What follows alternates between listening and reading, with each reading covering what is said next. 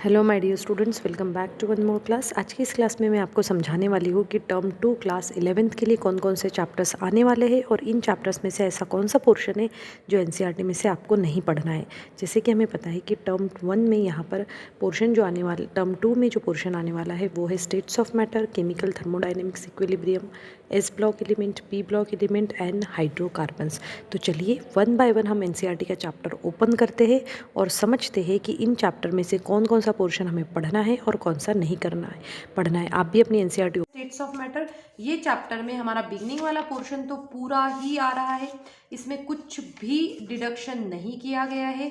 ये कंप्लीट पढ़ना है हमें विथ पूरे लॉज और जो भी छोटे छोटे डेरिवेशंस दिए गए हैं ये डेरिवेशंस भी पढ़ना है। फिर आता है हमारा टॉपिक पे मेरे बुक के अकॉर्डिंगली पेज नंबर 147 पे।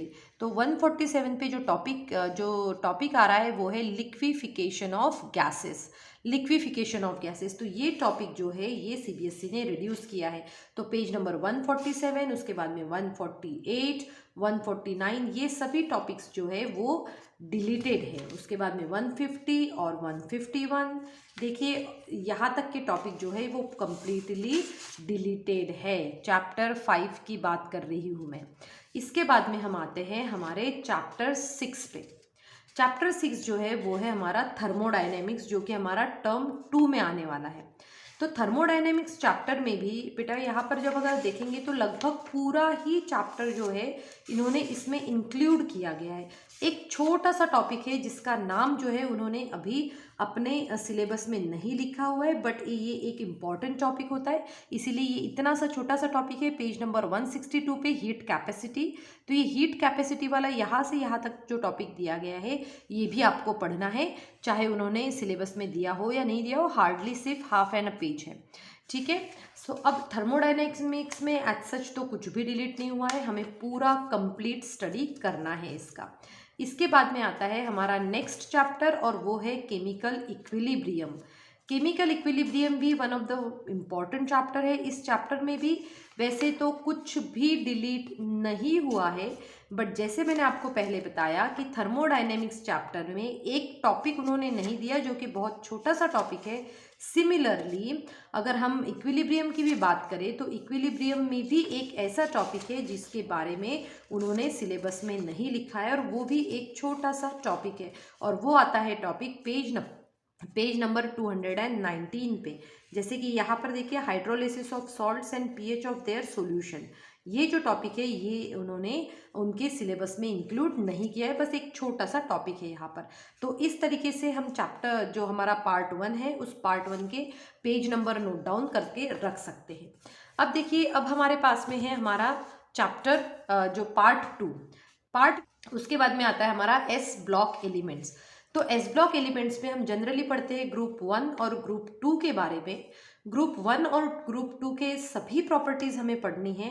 सिर्फ हमारा जो डिडक्टेड पोर्शन जो है वो है some important compounds of sodium, right, some important compounds of sodium. तो ये जो इम्पॉर्टेंट कंपाउंड्स स्टार्ट हो रहे हैं पेज नंबर 296 से और आ रहा है पेज नंबर 297 पे, 298 पे, और यहाँ से बेटा देखो ये यही तक डिडक्टेड है, और यहाँ से हमारा ग्रुप 2 फिर से स्टार्ट हो रहा है। तो ग्रुप 2 में भी हम सब कुछ पढ़ेंगे, हम यहाँ पर पढ़ेंगे, और फिर जब भी ये पोर्शन आएगा some important compounds of calcium, so some important compound of calcium फिर से डिडक्ट हो चुका है ये टॉपिक, ठीक है। ये फिर से हमें पढ़ना है biological importance of magnesium and calcium. उसके बाद में आते हैं हम पी ब्लॉक एलिमेंट्स में। पी ब्लॉक एलिमेंट्स में भी सेम है, हमें जब बिगनिंग में जितनी भी केमिकल और फिजिकल प्रॉपर्टीज दी है वो हमें पढ़ना है, कोई उसमें चेंज नहीं है। बट ये जो some important compounds of boron जो दिए गए हैं ये हमें नहीं पढ़ना है। तो सिमिलरली यहाँ पर ग्रुप 14 स्टार्ट हो रहा है। ग्रुप 14 में भी हम फिजिकल केमिकल प्रॉपर्टीज पूरी पढ़ेंगे। उसके बाद में यहाँ पर आता है some important compounds of carbon and silicon. Students ये graphite, fullerene, allotropes of carbon भी हमें पढ़ना है। ये जो वाला जो टॉपिक है that is some important compounds of carbon and silicon हमें नहीं पढ़ना है। इसके बाद में ये टॉपिक हम नहीं पढ़ेंगे। इसके पेज नंबर जो है मेरे इसमें 319, फिर आता है 320 एंड 321, फिर आता है हमारा 322। तो ये टॉपिक हमें नहीं पढ़ना है। इसके बाद में आते हैं हम ऑर्गेनिक केमिस्ट्री। अब देखो बेटा, ये organic chemistry is one of the very very important chapter है। इस चैप्टर में क्या किया गया है, एक्चुअल में ये चैप्टर जो है, ये चैप्टर 2 पार्ट्स में डिवाइडेड है। 2 पार्ट्स में मतलब कैसे, ये यहाँ बिगनिंग वाला पोर्शन तो बहुत ही ज़्यादा इम्पॉर्टेंट है। ये पूरी जितनी भी हमें रिएक्शन मैकेनिज्म दिया है सब कुछ। अब इस चैप्टर में एक सेकंड आता है portion, that one is methods of purification of organic compounds. Methods of purification of organic compounds, ये चैप्टर आप देख सकते हो, ये थोड़ा सा बोरिंग भी लगता है टॉपिक। सो यहाँ से जो भी टॉपिक है, यहाँ से जो भी टॉपिक है, इसके बाद वाला पूरा पोर्शन जो है वो रिड्यूस्ड हो चुका है। आप यहाँ से लेकर पूरा लास्ट तक के उस पोर्शन को कट कर सकते, क्योंकि ये एग्जाम में नहीं आने वाला है, राइट। उसके बाद में हम आते हैं हमारे चैप्टर 14 पे, जो कि है हाइड्रोकार्बन्स। हाइड्रोकार्बन चैप्टर में वैसे तो ऐसा बहुत कुछ खास रिड्यूस नहीं हुआ है। लास्ट ईयर जो था, लास्ट ईयर हम कहेंगे ये सब्स्टिट्यूशन रिएक्शंस जो है ये रिड्यूस हो गया था, जिसमें मैकेनिज्म और यहाँ पर सब्स्टिट्यूशन रिएक्शन की मैकेनिज्म, उसके बाद में कंबशन, और एक और टॉपिक आता है पायरोलिसिस, वो भी टॉपिक रिड्यूस हुआ था लास्ट ईयर में। बट इस साल जो है इन्होंने एज सच कुछ भी रिड्यूस नहीं किया गया है, राइट। तो अगर हम अल्केन्स की बात करें तो ये मेरे पास में हार्ड कॉपी है, जो मैंने लिंक डिस्क्रिप्शन में दी गई है। तो यहाँ पर देखिए, यहाँ पर क्लियरली हमें बोला है कि अल्केन्स में हमें नॉमेनक्लेचर पढ़ना है, isomerism, conformation, physical properties and chemical reaction.